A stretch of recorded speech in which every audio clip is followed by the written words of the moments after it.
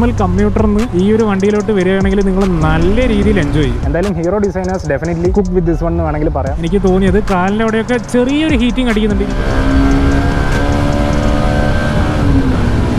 Hello നമസ്കാരം, എന്തെല്ലാം വിശേഷം? നമ്മൾ നോക്കാൻ പോകുന്നത് നമ്മുടെ ഇന്ത്യയിലെ സ്പോർട്ടി കമ്മ്യൂട്ടർ സെഗ്മെന്റിലെ one of the best selling വണ്ടിയായ ഹീറോ എക്സ്ട്രീം 125R. സോ ഇത് 2025 മോഡലാണ്. Single channel ABS single seat ഒക്കെയാണ് വന്നേക്കുന്നത്. ഈ ഒരു സെഗ്മെന്റ് എടുത്ത് നോക്കിയാൽ നമ്മുടെ TVS Raider 125 ഉണ്ട്, നമ്മുടെ പൾസർ NS 125 ഉണ്ട്. സോ ബേസിക്കലി നമ്മുടെ കമ്മ്യൂട്ടർ സെഗ്മെന്റിലുള്ള വണ്ടി പോലെ തന്നെ ബട്ട് കുറച്ചും കൂടി ഒരു സ്പോർട്ടി ഫീലോട് കൂടി നമ്മുടെ സിറ്റീസിലൊക്കെ ഓടിക്കാൻ പറ്റുന്ന രീതിയിലാണ് ഈ ഒരു സെഗ്മെന്റിലെ വണ്ടികളൊക്കെ വന്നേക്കുന്നത്. നമ്മുടെ നാട്ടിലെ വേറെ കമ്മ്യൂട്ടേഴ്സ് ഒക്കെ എടുത്ത് നോക്കിയാൽ ഈ ഒരു ഡിസൈൻ ആയിരിക്കത്തില്ല ഉണ്ടാവുക. ഇത് കുറച്ചും കൂടി നല്ല അഗ്രസീവ് ആയിട്ട് തന്നെ ഡിസൈൻ ചെയ്തേക്കുന്നത്. ഒരു 1.3 lakhs ഓൺ റോഡ് പ്രൈസിനാണ് ഈ ഒരു വണ്ടി അവൈലബിൾ ആയിട്ടുള്ളത്. Single channel ABS variant. ഒരു 15,000 കൂടെ അധികം അടച്ചാൽ നമ്മുടെ ഡുവൽ ചാനൽ ABS കൂടെ കിട്ടും. ബട്ട് ആ ഒരു എക്സ്ട്രാ പൈസ അടക്കുമ്പോഴത്തേക്കും നമ്മുടെ നാട്ടിലെ 150cc സെഗ്മെന്റിലുള്ള വണ്ടികളുടെ പ്രൈസ് ഒക്കെ ഏകദേശം ആ ഒരു റേഞ്ചിലാണ് ഏകദേശം വരുന്നത്. സോ നിങ്ങളുടെ കയ്യിൽ ഈ ഒരു ബഡ്ജറ്റ് ഒക്കെ ഉണ്ടെങ്കിൽ ഒരു നോർമൽ കമ്മ്യൂട്ടർ എടുക്കണോ, ഒരു സ്പോർട്ടി കമ്മ്യൂട്ടർ എടുക്കണോ? ഈ ഒരു സെഗ്മെന്റിൽ തന്നെ നമ്മുടെ ഹീറോ എക്സ്ട്രീം 125R എങ്ങനെയുണ്ട് നമുക്ക് നോക്കാം. And let's go. ഇതാണ് നമ്മുടെ കീ വന്നിരിക്കുന്നത്. Hero written right here. പിന്നെ നമ്മുടെ ബാക്കിൽ ഹീറോയുടെ ലോഗോ ഒക്കെ കാണാം. നമുക്ക് സ്ട്രൈറ്റ് അവേ ഇവനെ ജസ്റ്റ് ഒന്ന് ഓൺ ആക്കാം.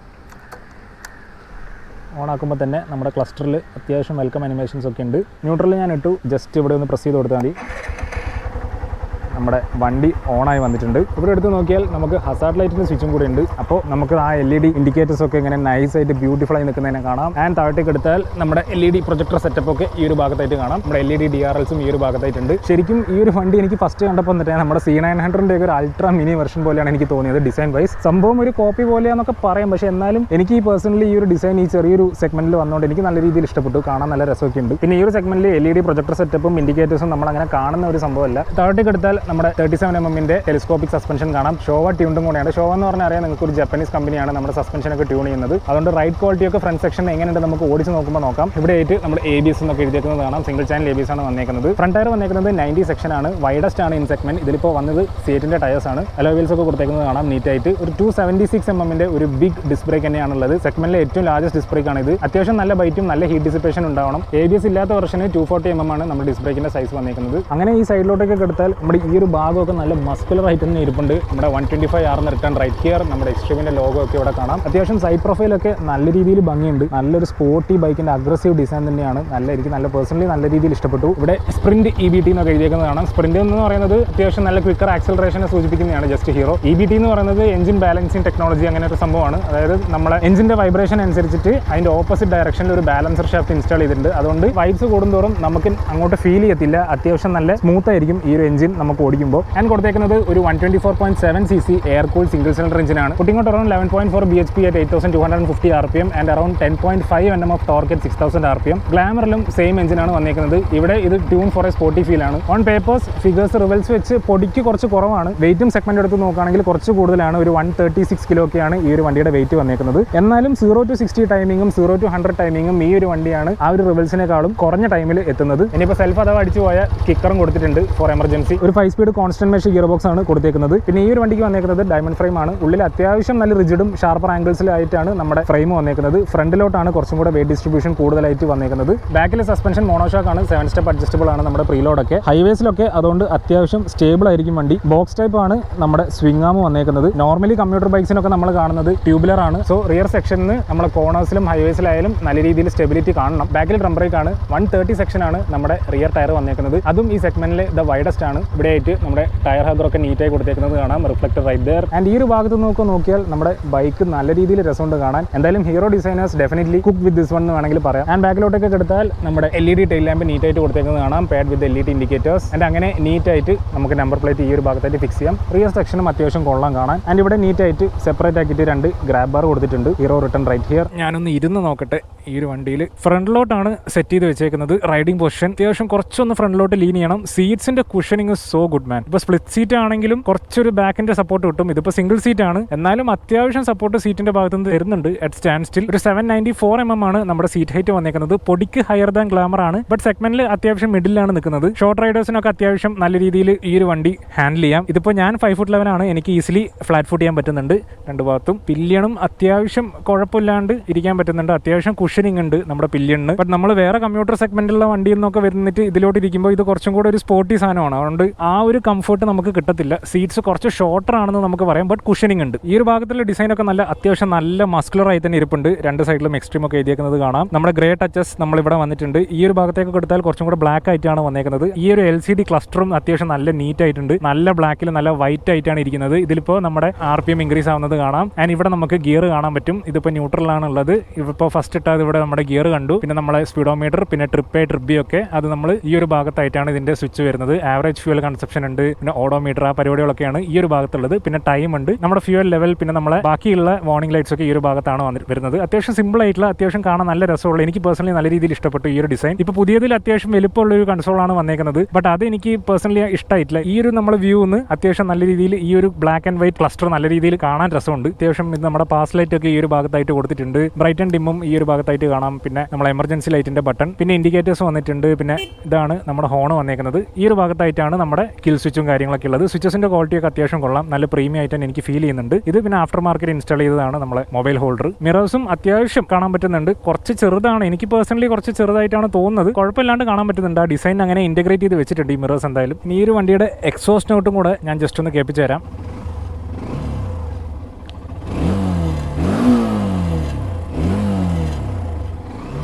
അത്യാവശ്യം നല്ല സ്മൂത്ത് ആൻഡ് ബാസിയുള്ള ടോണാണ് നമ്മുടെ ഈ ഒരു വണ്ടിയുടെ. നന്നായി ഇഷ്ടപ്പെട്ടു. ആൻഡ് ഇനി നമുക്ക് സ്ട്രെയിറ്റ് അവേ വണ്ടി ഓടിച്ചു നോക്കാം.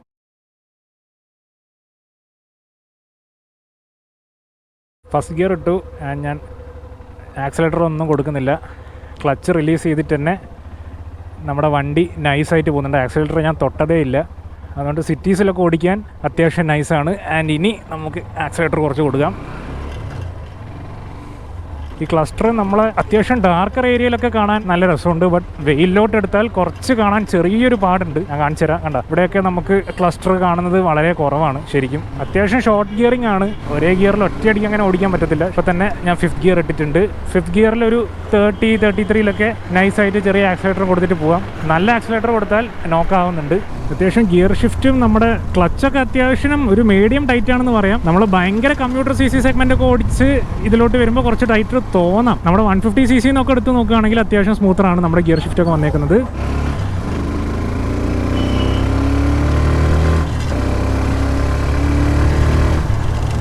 സിറ്റീസിലൊക്കെ നമുക്ക് നൈസായിട്ട് എൻജോയ് ചെയ്ത് തന്നെ ഓടിക്കാൻ പറ്റുന്നുണ്ട് ഈ ഒരു വണ്ടി. നല്ല ലീനിയർ ആയിട്ടുള്ള ഒരു ആക്സിലറേഷനാണ്. നമ്മൾ അങ്ങനെ അങ്ങോട്ട് വലിച്ചുകൊണ്ട് എടുത്ത് പോകത്തില്ല, ഫുൾ ആക്സിലറേഷൻ കൊടുത്തതാണ് ഇൻ 3rd ഗിയർ. ഇതാണ് നമ്മുടെ ഫുള്ള് വന്നേക്കുന്നത്. ബ്രേക്ക് പിടിക്കുകയാണെങ്കിൽ ഇപ്പോൾ ഹാർഡ് ബ്രേക്ക് പിടിക്കുകയാണ്, സിംഗിൾ ചാനൽ ABS ആണ്. ബട്ട് നമ്മുടെ ഫ്രണ്ടിൽ നിന്നുള്ള ആ ABS വർക്കിംഗ് ഉണ്ടല്ലോ, അത് നമുക്കങ്ങനെ സ്മൂത്ത് ആയിട്ടല്ല അനുഭവിക്കാൻ പറ്റുന്നത്. അത് നമുക്ക് ശരിക്കും അറിയാൻ പറ്റുന്നുണ്ട്. ഇങ്ങനെ ഒരു ജെർക്ക് ഫ്രണ്ടിൽ നിന്ന് അനുഭവപ്പെടുന്നുണ്ട്. നമ്മൾ ആ ഗുടുകൂന്ന് നമുക്ക് ഫ്രണ്ടിൽ നിന്ന് ആ ബ്രേക്കിൻ്റെ ആ ബൈറ്റ് ഇങ്ങനെ അറിയാൻ പറ്റുന്നുണ്ട്. അതെന്തോ എനിക്ക് ഭയങ്കര ഓഫ് അടിച്ച്. സാധാരണ കുറച്ചും കൂടി ഒരു സ്മൂത്തറായിട്ട് എൻഗേജ് ആവേണ്ടതാണ്. ഇതിപ്പോൾ ഞാനിപ്പോൾ ഈ സിഗ്നലിൽ നിർത്തുകയാണെങ്കിൽ ഫ്രണ്ടിൽ നിന്ന് അത്യാവശ്യം നല്ലൊരു നോസ് ഡൈവ് ഉണ്ട്. അതിൻ്റെ കൂടെ തന്നെ ഒരു കുടു എന്നുള്ളൊരു ഫീലും. എന്തായാലും ഞാൻ കുറച്ച് സ്പോർട്ടി ആയിട്ടാണ് ഇരിക്കുന്നത്, റിലാക്സ്ഡ് ആയിട്ടല്ല. എൻ്റെ ബാക്ക് കുറച്ച് സ്ലാൻഡഡ് ആയിട്ടാണ് ഉള്ളത്. കുഷനിങ് ഉണ്ട്, അതുകൊണ്ട് കുറേ ദൂരമൊക്കെ നൈസായിട്ട് ഓടിക്കാം. ഹാർഡ് സീറ്റ് അല്ല. കുറച്ച് പൊട്ടിപ്പൊളിഞ്ഞ ഇതിലൊക്കെ ഒന്ന് ജസ്റ്റ് ഒന്ന് ഓടിച്ച് നോക്കട്ടെ. അത്യാവശ്യം സസ്പെൻഷൻ്റെ പ്ലേ നൈസാണ്. ഫ്രണ്ടിൽ നിന്നുള്ള നല്ല അബ്സോർപ്ഷൻ ഉണ്ട്. ബാക്ക് നിന്ന് അടി വരുന്നുണ്ട്, ബട്ട് ആ കുഷൻ ഉള്ളതുകൊണ്ട് കുറച്ച് ഹെൽപ്പ് ചെയ്യുന്നുണ്ട്. സീറ്റും പാഡ് വിത്ത് സസ്പെൻഷൻ അത്യാവശ്യം ഹെൽപ്പ് ചെയ്യുന്നുണ്ട്. നൈസായിട്ട് ഇങ്ങനത്തെ ചെറിയ റോഡിലൊക്കെ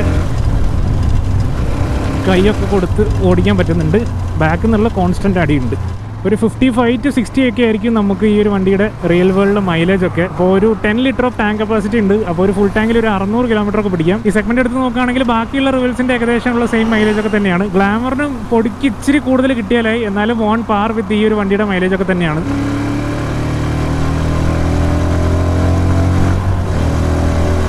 ആ എക്സോസ്റ്റ് നോട്ട് എനിക്ക് എന്തായാലും നല്ല രീതിയിൽ ഇഷ്ടപ്പെട്ടു. ഒരു 125 cc ഓടിക്കുന്ന പോലെയൊന്നും എനിക്ക് തോന്നുന്നില്ല. നല്ല ഫൺ ടു റൈഡാണ് എന്തായാലും ശരിക്കും. കണ്ട, ഈ ഒരു ബ്രേക്കിങ്ങിലൊക്കെ ഫ്രണ്ടിൽ നിന്ന് ABS വർക്ക് ആവുന്നുണ്ട്. ലിറ്ററലി വർക്ക് ആവുന്നത് എനിക്ക് അറിയാൻ പറ്റുന്നുണ്ട്. അതിനിപ്പോൾ ബാക്കിയുള്ള വണ്ടികളിലൊക്കെ എങ്ങനെയാണോ ആവും, ഇതിങ്ങനെ ഒരു ജെർക്കിങ് വെച്ചിട്ടാണ് ഞാൻ ബ്രേക്ക് ആവുന്നത്. എനിക്ക് പേഴ്സണലി അത് നമ്മൾ ഓടിക്കുമ്പോൾ എന്തോ ഒരു സുഖമില്ലാത്ത പോലെ തോന്നിയത്. അത്യാവശ്യം സെഗ്മെന്റ് ബെസ്റ്റായ 180 mm ഓഫ് ഗ്രൗണ്ട് ക്ലിയറൻസ് ആണ്. അതുകൊണ്ട് ഇപ്പോൾ ഞാൻ നേരത്തെ ഓടിച്ച് ആ റോഡിലൊക്കെ ഇങ്ങനെ കൈ കൊടുത്ത് ഇങ്ങനെ നൈസായി ഓടിക്കാൻ വലിയ ടെൻഷൻ ഇല്ലാണ്ട് ഓടിച്ച് വരാം ശരിക്കും. 5th ഗിയറിലൊന്ന് കൈ എടുത്ത് നോക്കട്ടെ. അങ്ങനെ കയറി പോകുന്നുണ്ട്. 67, ഇപ്പോൾ 74 എങ്ങാണ്ടുമായി. നൈസായി കയറി പോകുന്നുണ്ട് ശരിക്കും വണ്ടി. കുറച്ച് കൈ എടുത്ത് ഓടിച്ച് നോക്കട്ടെ. വേണ്ട, ഇവിടെ കുറച്ച് ഡേഞ്ചറസാണ്. ഇത്ര വലിയ കുഴിയ റോട്ടിൽ.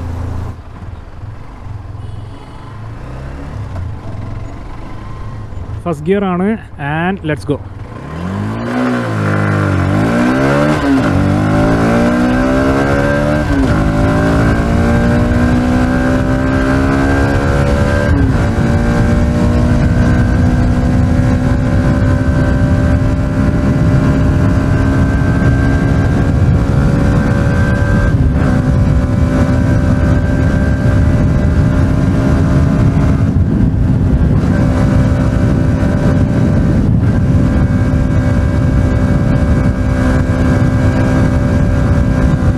അത്യാവശ്യം നല്ല ആക്സിലറേഷൻ ആണ്. 100 എത്തിക്കഴിഞ്ഞാൽ പിന്നെ തീർന്ന്. പിന്നെ നമുക്ക് അങ്ങോട്ട് പുഷ് ചെയ്യാൻ കുറച്ച് പാടാം. 0 to 60 വരുന്നത് അറൗണ്ട് ഒരു 5.9 സെക്കൻഡ്സിലാണ്. 0 to 100 വരുന്നത് അറൗണ്ട് ഒരു 20 സെക്കൻഡ്സിൽ. അപ്പോൾ ഈ ഒരു സെഗ്മെന്റിൽ അത്യാവശ്യം the fastest of the line ആണ് ശരിക്കും ഈ ഒരു വണ്ടി. അതുകൊണ്ട് പെർഫോമൻസിൻ്റെ കാര്യത്തിൽ 125cc എടുക്കണമെങ്കിൽ ഈ ഒരു വണ്ടി തന്നെയാണ് ഏറ്റവും ബെസ്റ്റ്. ഇപ്പോൾ ഹൈവേസിലൊക്കെ നല്ല രീതിയിൽ ഓടിക്കണമെങ്കിൽ ഇപ്പോൾ 100 കഴിഞ്ഞിട്ടുള്ള ആ ഒരു പുള്ളില്ലാത്തത് നമുക്ക് ഇഷ്ടപ്പെടത്തില്ല. സിറ്റീസിൻ്റെ ഉള്ളിൽ തന്നെ നമുക്ക് അത്യാവശ്യം കൈ കൊടുത്ത് ഓടിക്കണമെങ്കിൽ ഈ ഒരു വണ്ടി ഒരു നല്ല ചോയ്സ് തന്നെയാണെന്ന് വേണം നമുക്ക് പറയാം. ഹൈവേസിലൊക്കെ ഓടിക്കാൻ പറ്റിയ വണ്ടി ഇതാ ഇപ്പോൾ റൈറ്റ് സൈഡിൽ ഡോമിനാറും ഹിമാലയനും കാര്യങ്ങളൊക്കെ ഉണ്ട്. നല്ല രീതിയിൽ പുള്ളുണ്ട്. ഇതിപ്പോൾ 4th ഗിയർ ആണ്.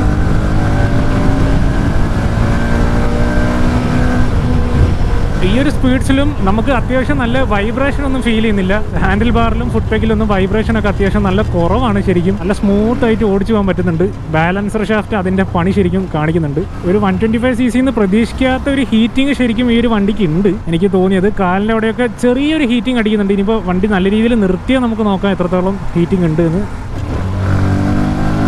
ഗിയർ ഡൗൺ ചെയ്തു.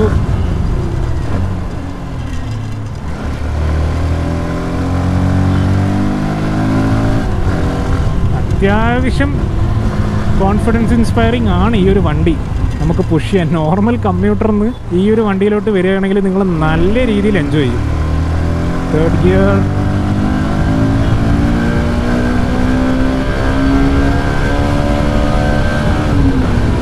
അപ് ടു 8000 RPM വരെ ഈ ഒരു വണ്ടി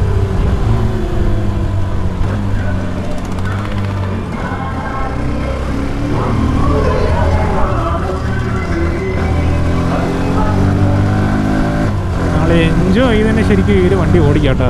4th ഗിയർ ആണ്. ഒരു ബ്രേക്കിങ്ങാ. ഓക്കെ, 4th ഗിയറിൽ ഞാൻ ഫുൾ ആക്സിലറേഷൻ പിടിച്ചേക്കുവാണ്. ആ ഒരു പുള്ള് നമ്മൾ 150cc എന്നുള്ള ആ ഒരു പുള്ള് പോലെ അങ്ങനെ അങ്ങോട്ട് പുള്ള് ചെയ്ത് പോകത്തില്ല. ഇല്ല, ഇനി അത്ര അഗ്രസീവായിട്ട് നമ്മൾക്ക് ഓവർടേക്കോ എന്തെങ്കിലും ചെയ്യണമെന്നുണ്ടെങ്കിൽ ജസ്റ്റ് തേർഡ് ആക്കുക. കണ്ട, ഇതാണ് ഈ ഒരു വണ്ടിയുടെ റൈഡിങ് നേച്ചർ. റൈറ്റ് എടുക്കുന്നുണ്ട്, അത് അപ്പോഴേ ശ്രദ്ധിക്കണം, അല്ലെങ്കിൽ പണിയാ ശരിക്കും. 100 വരെയുള്ള ആ ഒരു പെർഫോമൻസും പിന്നെ അത്യാവശ്യം 150cc-നെക്കാട്ടും മൈലേജും വേണമെങ്കിൽ ഇതെടുക്കുന്നത് നൈസ് ചോയ്സ് ആണ് ശരിക്കും. ഇപ്പോൾ ബ്രേക്ക് ചെയ്തപ്പോഴും ആ ഒരു ജെർക്ക് ചെറുതായിട്ടൊന്ന് ഫീൽ ചെയ്തായിരുന്നു. നോർമൽ കമ്പ്യൂട്ടറിൽ നിന്ന് വരുമ്പോൾ ഞാൻ പറഞ്ഞ പോലെ ഗിയർ ഷിഫ്റ്റ്സ് കുറച്ച് ഹാർഡാണ്. കുറച്ച് എഫേർട്ട് എനിക്ക് ഗിയറിൻ്റെ അവിടെ നിന്ന് എനിക്ക് ഇടേണ്ടി വന്നിട്ടുണ്ട് ഇപ്പോൾ ചെറിയ RPM-ത്തിലൊക്കെ ഗിയർ ഷിഫ്റ്റ് ചെയ്യുമ്പോൾ. സോ ഒരു 1.3 lakhs റേഞ്ചിലൊക്കെ നമ്മുടെ സിറ്റീസിലൊക്കെ നൈസായിട്ട് എൻജോയ് ചെയ്ത് ഓടിക്കാൻ പറ്റിയൊരു വണ്ടി വേണമെങ്കിൽ ഈ ഒരു വണ്ടി one of the best choice ആണെന്ന് പറയാം. കോളേജിൽ പോകുന്നവർക്കായാലും ഓഫീസിലൊക്കെ അത്യാവശ്യം അഗ്രസീവായിട്ട് നമുക്ക് ഓടിച്ച് എൻജോയ് ചെയ്ത് പോകണമെങ്കിൽ ഈ ഒരു വണ്ടി നല്ലൊരു ചോയ്സ് ആണ്. ബട്ട് ഇതിൻ്റെ ഡ്രോബാക്സ് ഒക്കെ എനിക്ക് ഫീൽ ചെയ്തത് പോസ്റ്റർ നമുക്ക് ലോങ് റൈഡ് ആകുമ്പോഴത്തേക്കും കുറച്ച് പണി തരാൻ ചാൻസ് ഉണ്ട്. പ്രത്യേകിച്ച് കുറച്ച് ഹൈറ്റ് കൂടി, എന്നെ പോലെ കുറച്ച് ഹൈറ്റ് കുറച്ച് കൂടുതലുള്ള ആൾക്കാർക്ക് നടു കുറച്ച് വേനിക്കാൻ ചാൻസ് ഉണ്ട്. കാരണം കുറച്ച് അഗ്രസീവ് ആയിട്ടാണ്, ഇങ്ങനെ ലീൻ ചെയ്തിട്ടാണ് ഈ ഒരു വണ്ടി ശരിക്കും ഉള്ളത്. പിന്നെ പില്യൻ സീറ്റും നമ്മളെ നോർമൽ കമ്പ്യൂട്ടർ ബൈക്സ് ഒന്നും റൈഡറിന്റെ ഒക്കെ സീറ്റ് ഇതിനെക്കാട്ടും കുറച്ച് വൈഡ് ആണെന്ന് തോന്നുന്നു. പില്യൻ സീറ്റ് കംഫർട്ട് അത്യാവശ്യം കുറവാണ്. ഇത് ചെറിയൊരു സീറ്റാണ്, പിന്നെ കുറച്ച് സ്ലാൻഡഡ് ആയിട്ടാണ് ഉള്ളത്. പിന്നെ ഇപ്പോൾ ഹോണ്ടയുടെ CB 125 ഒക്കെ ഇറങ്ങിയിട്ടുണ്ട്.